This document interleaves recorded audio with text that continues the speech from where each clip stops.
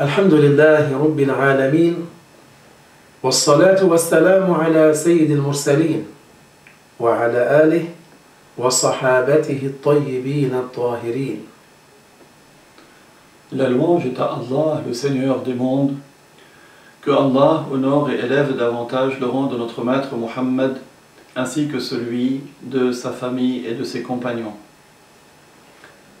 أما بعد فإن الهجرة النبوية لم تكن هروبا من قتال ولا جبنا عن مواجهة ولا تخاذلا عن إحقاق حق أو إبطال باطل بل هجرة بأمر الله تعالى. L'émigration prophétique n'était pas une fuite, ce n'était pas une preuve de manque de courage pour ne pas confronter un ennemi, ce n'était pas non plus une manière d'échapper pour donner des preuves d'une vérité ou de prouver l'infondé de ce qui est faux. L'émigration était sur ordre de Dieu. وقد اختار رسول الله صلى الله عليه وسلم حبيبه أبا بكر الصديق رضي الله عنه ليرافقه في الهجرة. Le messager de Allah sallallahu alayhi wa sallam avait choisi son bien-aimé Abu Bakr as-Siddiq, qu'Allah l'agrée, pour l'accompagner dans son émigration. فصار أبو بكر الصديق رضي الله عنه يمشي ساعة بين يديه وساعة خلفه. Abu Bakr, qu'Allah l'agrée, lors de leur voyage, parfois il marchait devant le prophète et parfois il marchait derrière lui. فسأله رسول الله صلى الله عليه وسلم عن ذلك فقال يا رسول الله أذكر الطلب فأمشي خلفك ثم أذكر الرصد فأمشي بين يديك.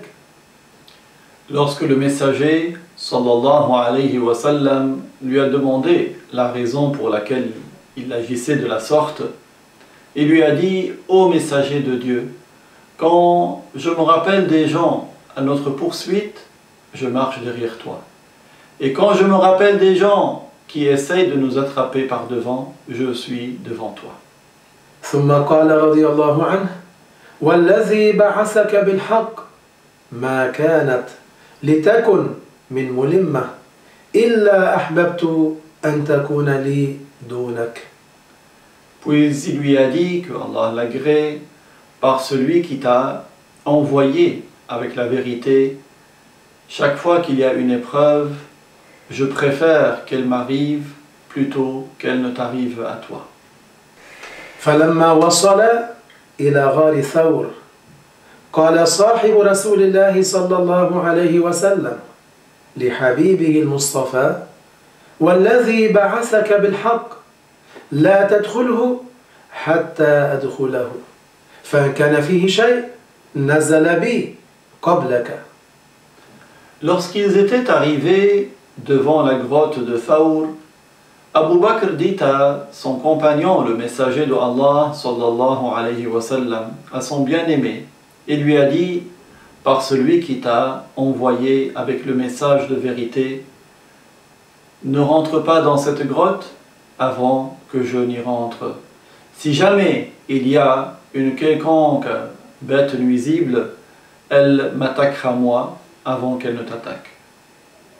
فدخل رضي الله عنه فلم يرى شيئا ثم كلاهما دخل الغار.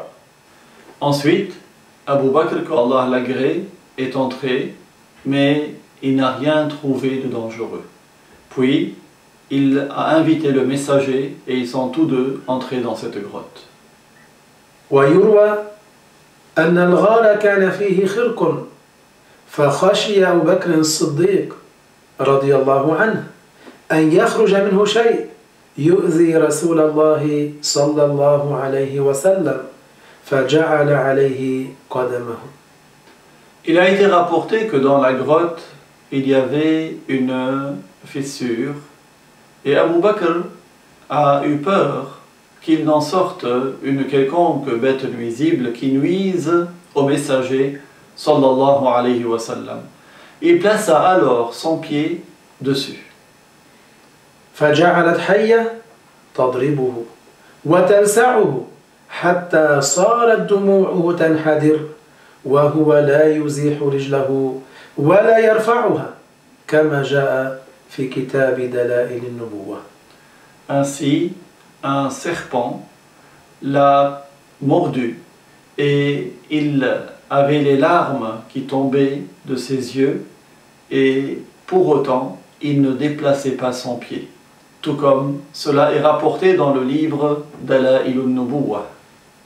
فلما وصلت رجال قريش إلى الغار قال أبو بكر الصديق رضي الله عنه يا رسول الله لو أن أحدهم ينظر إلى قدميه لأبصرنا تحت قدميه.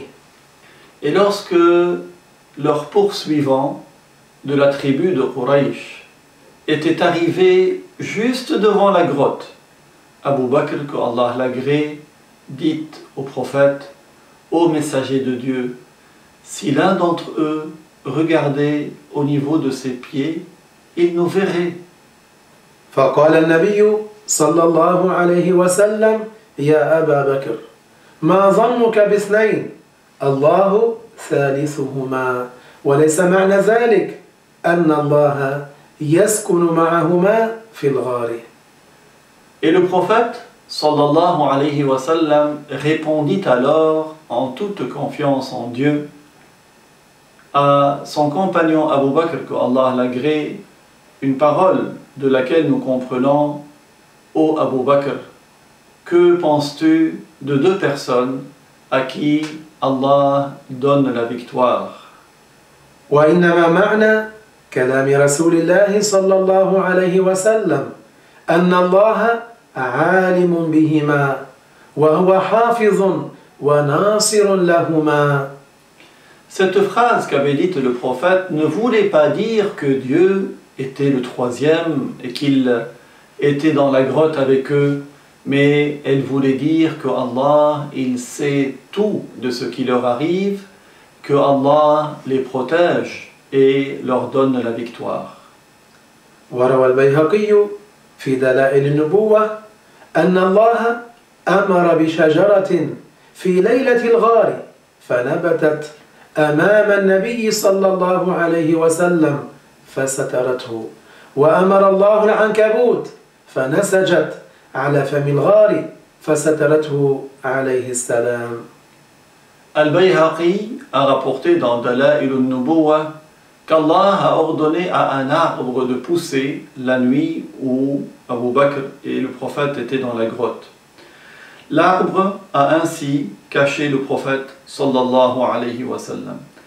Allah a donné l'ordre à une araignée de tisser sa toile à l'entrée de la grotte et elle a caché le prophète alayhi salam. كما أمر الله تبارك وتعالى حمامتين وحشيتين فوقفتا بفم الغار. Allah a donné l'ordre également à deux pigeons sauvages de se poser juste à l'entrée de la grotte. وأقبل فتيان قريش بعصيهم وهرباتهم وسيوفهم حتى إذا اقتربوا من النبي صلى الله عليه وسلم جعل رجل منهم ينظر في الغار فرأى نسج العنكبوت على فم الغار ورأى عند مدخله الحمامتين فرجع إلى أصحابه. Lorsque les jeunes gens de Quraysh étaient arrivés avec leurs bâtons, avec leurs épées, ils s'étaient rapprochés de la grotte où se trouvait le prophète sallallahu alayhi wa sallam. L'un d'entre eux est parti en éclaireur pour voir cette grotte.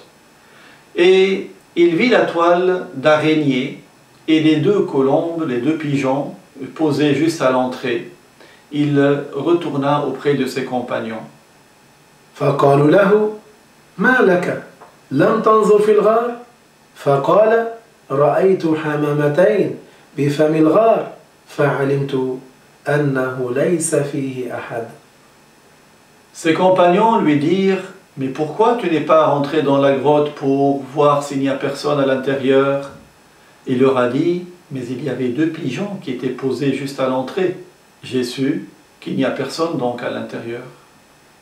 وبعدما هدأ الطلب تابع رسول الله صلى الله عليه وسلم هجرته إلى المدينة المنورة فوصلها سالما في يوم الاثنين من شهر ربيع الأول. Lorsque les recherches s'étaient calmées, le messager de Allah sallallahu alayhi wa sallam a poursuivi son voyage, son émigration jusqu'à Médine l'illuminée, là où il est arrivé sain et sauf un lundi du mois de Rabi' al-Awwal. حيث وجد فيها أنصارا آزروه وحموا دعوته وبذلوا النفوس والأموال دونها حتى انتشرت في المشارق والمغارب جزاهم الله خيرا ورضي الله عنهم.